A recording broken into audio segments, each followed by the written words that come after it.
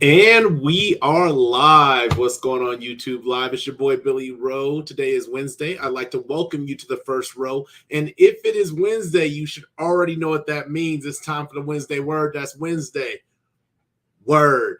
Jumping straight into it, tonight's topic is the echo chamber. Sorry, I don't even have my banners up, but tonight's topic is the echo chamber. As always, I like to share what I mean by my topic.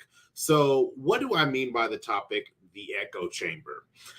What I mean by this topic is that a lot of us, or many of us, have a story that is playing on replay in our minds.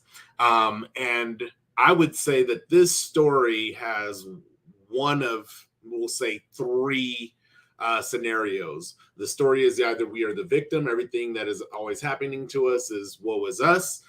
The story is we are the victor. Everything that is happening in our lives, we are manifesting and it is pleasant and we are happy with it. And then sometimes that story, the other scenario is that sometimes that story floats back and forth between victor and victim. So tonight, what I plan on doing, hey, what's going on, Bruce, and what's going on, Bruni? Tonight, I have three tools for you that I want to share on the first row, tools for the first row, that I want to share with you in regards to this echo chamber and how we can improve this mental environment. So let's jump straight into it. Tool number one when it comes to the echo chamber is we follow the script. As always, you guys know, I'm always trying to put the most pertinent and important tool first on the tools for the first row. And the reason why we follow the script is such an important tool is because, again, going back to that aspect of the human condition of the story we're playing, where we are either the victim or we are the victor, we're going to follow that script. And so that story that we have that is playing on repeat and that is echoing and bouncing back and forth in our minds is really an important story. That echo that we allow it to, to manifest or to begin echoing in our minds, it's really important to mitigate that echo with healthy things, with things that tell us that we're the victor. So when we think about like an echo in general, like I can be in the mountains. I live in Utah. There's tons of mountains around me. So I could be in the mountains and I can yell, hello, super loud. And that echo will bounce back to me, hello. And it'll bounce back to the other side of the mountain. Hello, hello, hello, hello, hello, hello, hello. And it bounces back and forth. But that script, when we say, I'm a failure, and it bounces back, I'm a failure, I'm a failure, I'm a failure, I'm a failure. We tend to follow that. Not only do we tend to follow that, we tend to anticipate that and expect that. And what that causes us to do is sometimes give up prematurely. The aspect, it's almost like it almost like it cripples our ability to be successful. It cripples our efficiency at achieving success. So think about if I was driving a car. Cars, well, not all cars nowadays. Some cars have batteries, but the cars that I grew up driving needed fuel. So I have this car. It requires fuel. I put fuel in the fuel tank, fill the tank up. Great. I got a full tank of fuel. And then I start driving the car and I realize, when I first got my car, I was able to go, let's say 300 miles on a tank. But now I'm only able to go 50 miles on a full tank. Something might be a little wrong. Well, if there's a hole in the fuel line, yes, my engine is still getting fuel because there's not a big enough hole for the fuel to just all fall out of the car. But at the same time my engine is getting fuel, I also have this leak that's shooting fuel out of the vehicle. So now instead of being efficient, being a fuel efficient car, or instead of having the ability to travel 300 miles, I now only have the ability to travel 50 miles before I need to refill. This is important when it comes to we follow the script, because when we're following the script, especially when that script is laced in victimhood or victim mentality, we will make ourselves less efficient and require more stops along the way. Now, I'm always going to be an advocate for self-care, self-love, mental health, and nurturing yourself. Always going to be a habit for or an advocate for that. However, I'm also going to be an advocate for making sure when we're stopping for these mental check-ins because we feel overwhelmed, that we're stopping because of the fact that we we're in an efficient mode in our life. And so when we're following this victimhood script, I'm a failure, nobody loves me, nobody wants me, I'm always going to be this way. When we're repeating this mantra over and over again, and it's bouncing off the walls, and we're continuing to repeat it at the same time, it's like 1,000 voices in our head. Of course, we are going to be exhausted a lot faster than we would by just everyday life. Life itself is not this it's not this event that is not filled with its own set of challenges. So if we're now also in adding to those challenges, adding despair, adding victimhood, adding this negative mantra in our lives, then we're going to burn out a lot faster, and we're going to have to stop a lot more often. It's almost like when I used to travel between Sacramento and Utah. I'd go back to visit my kids. And in the beginning, I would drive. I would just be like, all right, I know I'm going to wake up. I know it's a 10-hour drive. I'm going to hit this gas station, fill up, hit this gas station, fill up, hit this gas station. Then I'll be in Sacramento. I knew my trip down to a T. But then there came this point where I was becoming more and more fatigued on the road. And I think it was probably because I became more and more familiar with the route. When it was a new route, it was like, okay, everything's new. I don't know where I'm going. I have to be hyper alert and pay attention. But there's this sense of comfort that I fell into after about the 10th drive back and forth between Utah and California. And so in that same aspect, there's not the sense of comfort, but there's this sense of drain that takes place. They call it, when you're behind the wheel, they call it highway hypnosis. When you're so familiar with your route that you get in the car, you start your car, you drive to your destination, and you have no recollection about how you drove to get there. You just know that you got there. But it's because you're on this autopilot mode. When we're on this autopilot mode in the negative sense of echoes, and we're designed, again, to follow that script, we're on this autopilot mode of being a victim. What happens is we turn around, and it's like every challenge, every situation, we are trying to maneuver ourselves into this victim mode where things are happening to us. And then instead of maneuvering ourselves into this victor mode where things are either happening for us or because of decisions that we have made. And so we follow the script is really a double-edged sword, because again, we can move away from that victim echo and move towards that victor echo and create more efficiencies in our life, not feel as overwhelmed. I can tell you, I used to suffer from depression, and it was like almost like seasonal allergies. Like, okay, the birds are out chirping. I know my eyes are going to burn. I know I'm going to need to take my allergy medicine. Okay, we're coming around to the time of year where I'm going to be depressed. And it was seasonal. And I didn't understand it at that moment or in that time that depression was because in some of the areas, not on all of the areas, but in some of the areas in my life, I was not happy with the outcomes that I was receiving.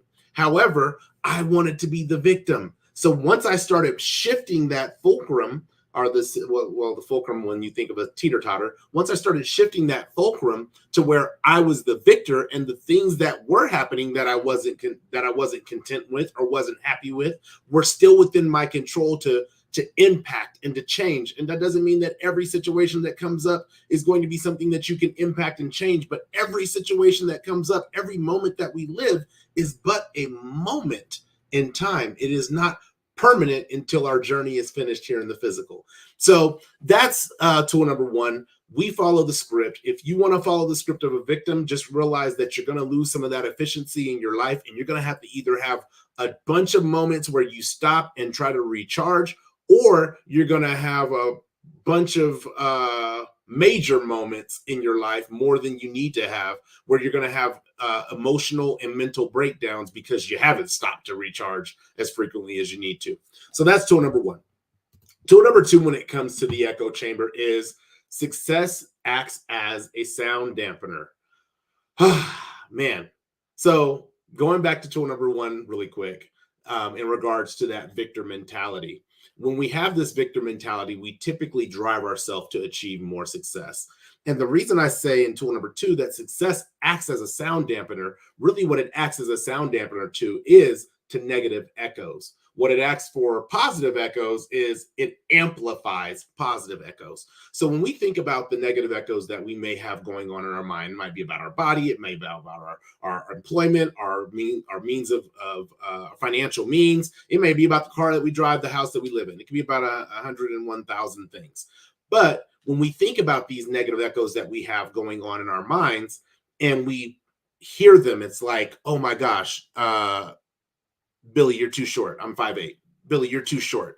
You're not tall enough. You're never going to be tall enough. I wish you could grow 5 more inches, whatever that may be. And that's not something I care about because I can't control how much I grow. I'm not going to go and get surgery to get taller.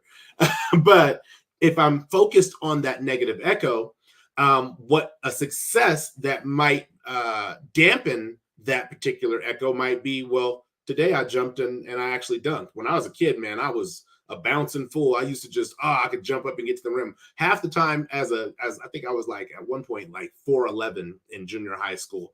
And I remember I would always want to play center. I'm 4'11". That's not very tall for, especially for an adult male, but even in junior high, I wasn't very tall. But I would always want to play center. I was like, put me in there with the center. And what that required me to do was compete. Not against everybody else. It required me to compete against myself. There'd be times where I'd be out jumping and trying to grab the rim, jumping and trying to grab the rim, jumping and flying past the rim because I'm running from down half court to try to jump and grab the rim. But it made me stronger and it made me, again, compete with every single jump that I was taking.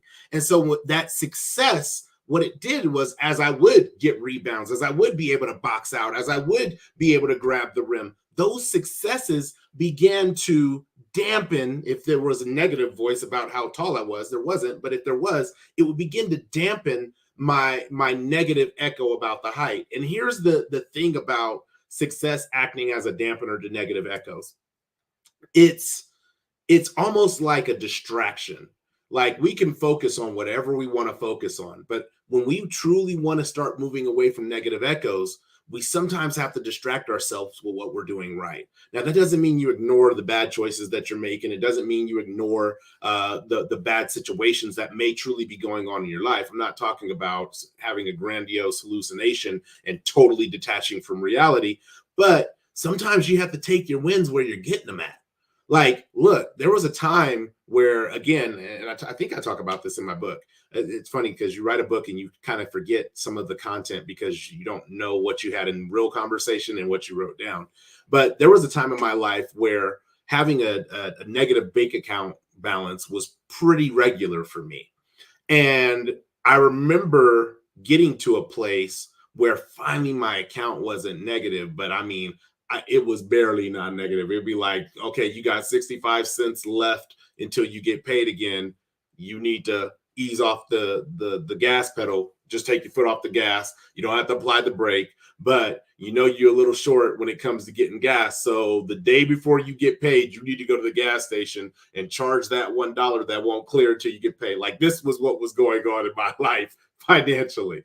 But taking that win to the fact that, hey, I've moved from a place to where I get paid and my account balance is negative to I get paid and right before I get paid again, my account balance, I have to do a little wiggling abracadabra to make sure I don't go negative. That's a win. And it's easy to get caught up on the fact that, man, I'm tired of being broke. I'm tired of not having money. I want to have nice things. It's easy to get those echoes going and looking at your present situation, but it's easy in that moment to miss the successes that you're feeling. So number one is in this tool, and this is a two-part tool, is success acts as a sound dampener to negative echoes. But the second part of that is success also amplifies positive echoes. It's no different than the aspect of positive reinforcement. When we do something and we achieve success in it, it amplifies the fact that we believe we can do something. Now, I remember when I was, I think I was in elementary school when I was taking Taekwondo.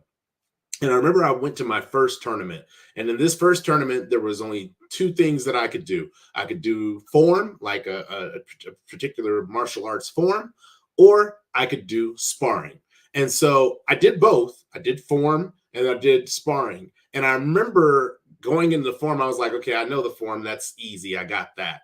But when it came to sparring, that negative echo, man, it was like, you're going to get your butt kicked. You don't know how to do this. There's so many moves you don't know. You're only like a green belt, and you're going to be fighting orange and yellow and all the other different belts that there are in Taekwondo. You're going to get beat up. And I remember when they started the fight, I mean, you have a bunch of padding gear, you have head gear, you have hand gear, you have foot gear on. But I remember in starting the fight, I'm like trying to get a point on my opponent, and I scored a point. And all of a sudden, that was that moment of success that began to say, oh, you might be able to win this fight. And then I scored another point. And then I scored another point. And then I had another fight, another match. And then I scored another point. And then I scored another point. And it created this momentum or inspiration within myself that it was like I am in real time getting a point, realizing that winning is a possibility, getting a point, realizing that winning is a possibility. And it created this dynamic of an echo that was positive so much that it was amplified that in my first sparring tournament, I think I'm pretty sure I came in third place. I didn't even think going into this thing that I was going to place at all. I was like, okay, I'm going to probably get kicked in the head or swept or kicked to the stomach and be like, I'm done.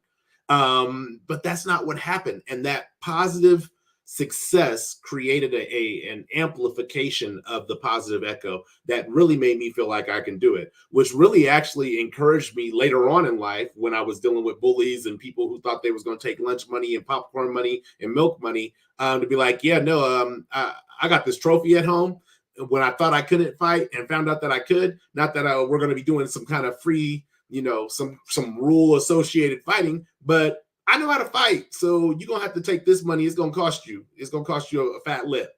So that's tool number 2. Is success acts as a sound dampener to negative echoes. But the other part of that, the other side of that sword, is that success also acts as a sound amplifier to positive echoes. And then the tool number 3, when it comes to the echoes, third and final tool, when it comes to the echo chamber, is take charge of the echo. Now, one part I didn't mention about the success acting as a sound dampener is that a sound dampener begins to muffle sounds. And if you know how echoes work, they need the sound to not be muffled in order to travel and bounce back and forth as it naturally dissipates over time.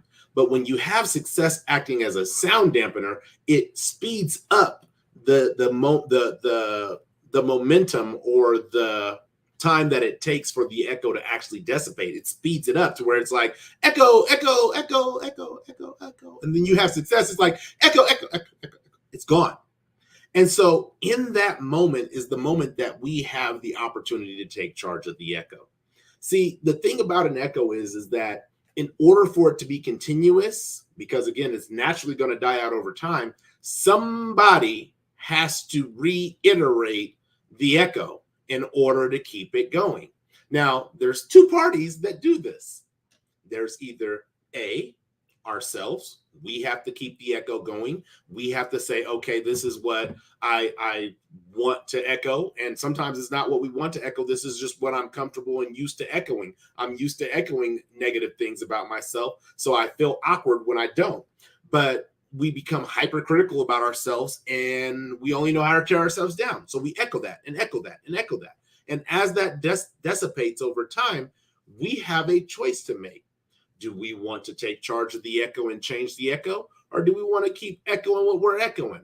That's when we're the parties. Now, some of us, and if you would have listened to Terrell and Michelle and Billy Rowe live last night, where we were talking about relationships in regards to that sort of little to no value in our lives, there's also people that we outsource echo control to. We'll call it echo control. I like that. We outsource echo control to. So the echo chamber is us. It's in our heads. However, the voice that is perpetuating the echo isn't us. It's somebody we've outsourced it to. And this is why the people that you have around you are extremely important. Because if you've outsourced it to a party who's going to tell you every single time you come up with an idea that it's dumb, that it's stupid, that it's not going to work, that you're an idiot for thinking about it, that you're a fool for thinking about it, and that's what's getting into your echo chamber, bouncing around back and forth, I guarantee you at almost 95% of the time, you're not going to act on the ideas that you have. Because you're listening to it, you've allowed somebody to have control of your echo chamber that is poisoning the well. and creating every single time you have a new idea, every time you have an opportunity, not necessarily that it will be successful, but every time you have an opportunity to step out on faith, take a risk, show some courage, show some grit, and possibly achieve success, here they come with, you're an idiot. Nobody would buy that. Nobody would like that idea. And that echo chamber starts again to tear you back down. The way we take charge of the echo chamber is, number one, we got to take charge of it for ourselves. I am very protective of my own personal echo chamber. Doesn't mean that I don't have challenges with my echo chamber, but I'm very protective of it. And I say this because I have moments, and I used to, even before I got to this concept, used to have moments where I would say, hey, you're Billy Rowe, you can do this. Like, I would just say my name, you're Billy Rowe, no factual evidence attached to that other than that's my name. You can do this. And that would bounce in my head. And so for me, it was like, it's only a matter of time. I might not do it right now. I may not do it today. I may not do it this time. I may not do it on this attempt, but eventually I will do this. No different than jumping and trying to grab the rim. Eventually I was able to jump up and grab the rim. Why? Because I told myself that you're Billy Rowe and you can do this. That's how powerful the echo chamber is. That's on me taking charge of the echo chamber. It's also my responsibility, just like it's your responsibility as a child or as an adult to clean your room. It's your responsibility to maintain and clean your echo chamber, to listen to the things that you're telling yourself, and ask yourself when you have negative thoughts, why you're telling yourself that and why you're allowing that to be echoed in your echo chamber.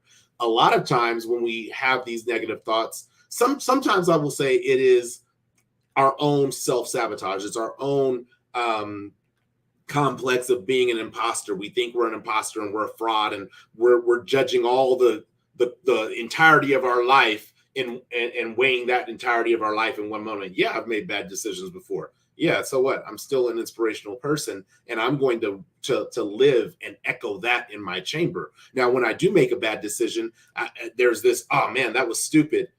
But then I have to go back to, instead of echoing that around, saying, well, why did I make that decision? Oh, okay. Do I need to apologize for that decision? Yeah, I probably do. No, I probably don't. I have those types of conversations with myself in order to maintain my echo chamber. The second way to take charge of your echo chamber is to set some standards about who you allow to be around you. If you don't have a growth mindset, I'm sorry, you can't be around me. Like, I can't even foresee people who come to the first row not being people who have a growth mindset, because that's all I talk about is growth. So if you're here for like drama, action, entertainment news, you're in the wrong place. And the same standard that I have for the first row is the same standard that I have for the relationships that I have around me. Every single individual that is in my close circle and in my immediate circle, those people are all growth minded, because if they weren't, they wouldn't be people that I would interact with in my life as friends. They might be acquaintances. They might be people that I know. There's definitely people that I know that are not growth minded, but those are not people that I consider friends. Now, growth is on different levels. You might be at the beginning of your growth mindset and have a lot of immaturities that maybe myself I've overcome, or I'm still maybe overcoming, who knows. But the fact that you have the growth mindset means that eventually you're going to get up to where I'm at or even beyond me, and I'm okay with that. The other aspect is, again, when it comes to taking charge of the echo, is it's as simple as changing sometimes just one word. Think about if you're in a hopeless situation. Let's say you're in a hopeless relationship. And you're like, man, there's no hope for this relationship. And you're echoing that and echoing that and echoing that and echoing that. And every time this person gets on your nerves, you're ready to give up and throw in the towel. Every time this person says something that gets on your nerves, you're ready to start an argument. Every time you guys are in an argument, you're like ready to go fisticuffs. Like, that is an echo chamber that does not serve you. And the best time to change it is when that echo chamber begins to die off. Things may not be perfect in the relationship. Things may not be going 100% great, but things are kind of getting back on track and things are kind of headed towards a good thing. that's the time to change your echo chamber. That's the time to take charge of your echo chamber. And instead of saying there's no hope for this relationship, just take out the word no. There's hope for this relationship.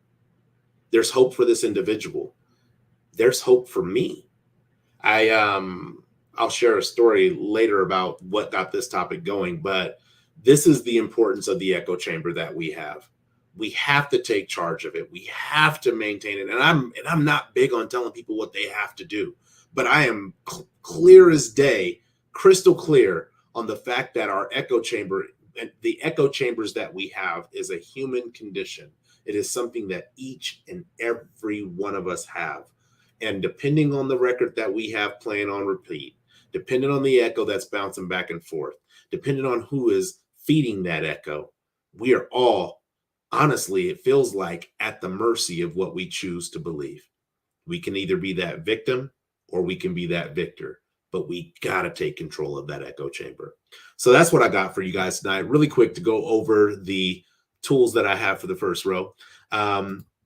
Tool number one, when it comes to the echo chamber, is we follow the script. Again, either if we're echoing, we're a victor, then guess what we're going to be? We're going to be victorious. We may not be victorious in the moment, but we will be victorious eventually. If we're echoing, we're a victim, we will always be seeking how to make ourselves the victim in every single circumstance. Tool number two is success acts as a sound dampener to negative echoes. Again, it drowns out that noise, because the moment you achieve success, even if you don't engage with it for a long time, the moment you achieve it, it says success is possible. It is proof of concept that success is possible.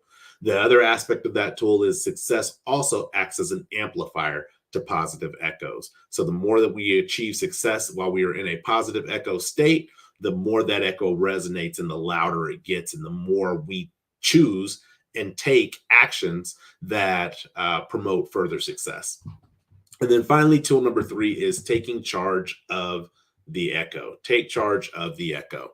And that tool is, again, about the moment in which our echo begins to die down is the moment we have a choice to choose if we are going to re-up on the echo and keep it going, or if we're going to change the echo for something that suits us better. Also, it's also a tool about being very cognizant and intentional about the people that we outsource our echo to. We should be outsourcing our echo to people who say, hey, you have an idea? Let's see how we can make that come to life. Let's see how we can get that going. Not that our ideas are stupid. Even if our ideas are stupid, let's try to find out if it is a stupid idea. Let's try to figure that out together. Let's at least give it a chance.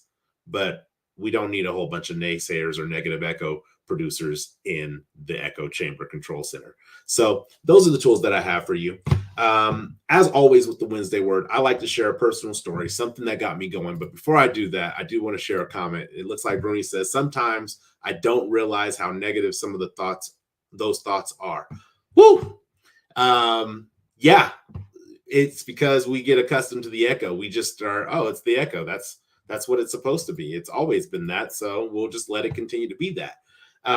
So definitely you got to make sure you pay attention. And that's why the last tool, Take Charge of the Echo, also had maintenance involved with that. Though sometimes we just got to do a heat check and say, is this the echo that I want going? Yeah, this is not working for me. I'm going to go ahead and change the echo, change the record, or change the cassette tape, depending on how old you are, the 8-track. We could go all the way back. But as always with the Wednesday Word, I like to share a personal story, something that got me thinking about this particular topic, the echo chamber. And I've been actually having conversations about this echo chamber topic for probably about the last 3 weeks with different individuals. But there was one individual that I had a conversation with in this past 3-week period in regards to this echo chamber conversation. And this was probably one of the more, I don't want to say most, but the more impactful conversations that I had about this concept, and in sharing this concept with a person on a one-on-one basis. And it was a conversation in which the person that I was speaking to was in a relationship. And I've always known this person to be compassionate, loving, giving. Like, this person would probably give you the shirt off their back if you needed a shirt. But they had gotten into a relationship where they had outsourced their echo chamber control to their partner. And their partner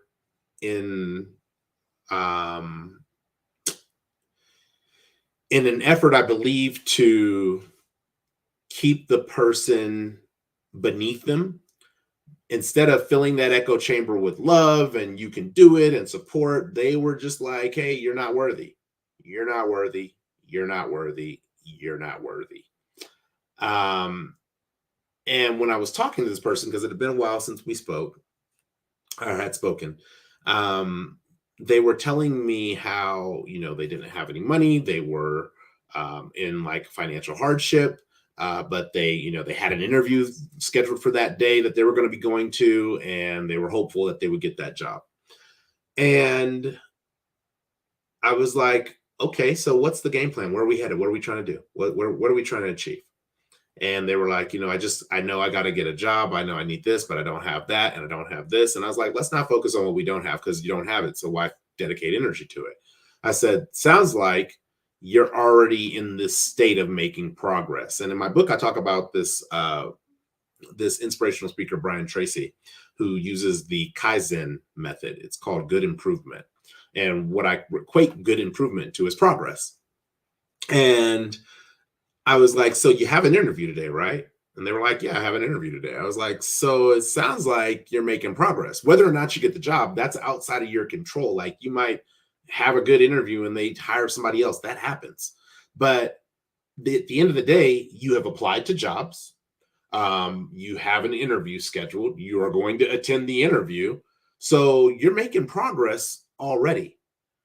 I said, I think what's happening is for some reason you don't believe that you're worthy of success. And the person broke down crying when I said that. And it was this moment in which we're talking that they shared that, yeah, my partner for like the last 2-3 years, every day has told me, you're not worth it. You're not worthy. You're not worthy. Like, they were told day after day after day that they're unworthy. And because of that, that created an echo chamber in which that person was in control of in this friend of mine's life. And I said, oh, I see what's happening here. You allowed this outside message to get into your echo chamber, and then you started letting it bounce and started believing it. And then you didn't realize that you were now the voice perpetuating the echo. Yeah, I'm not worthy. I'm not worthy. I'm not worthy.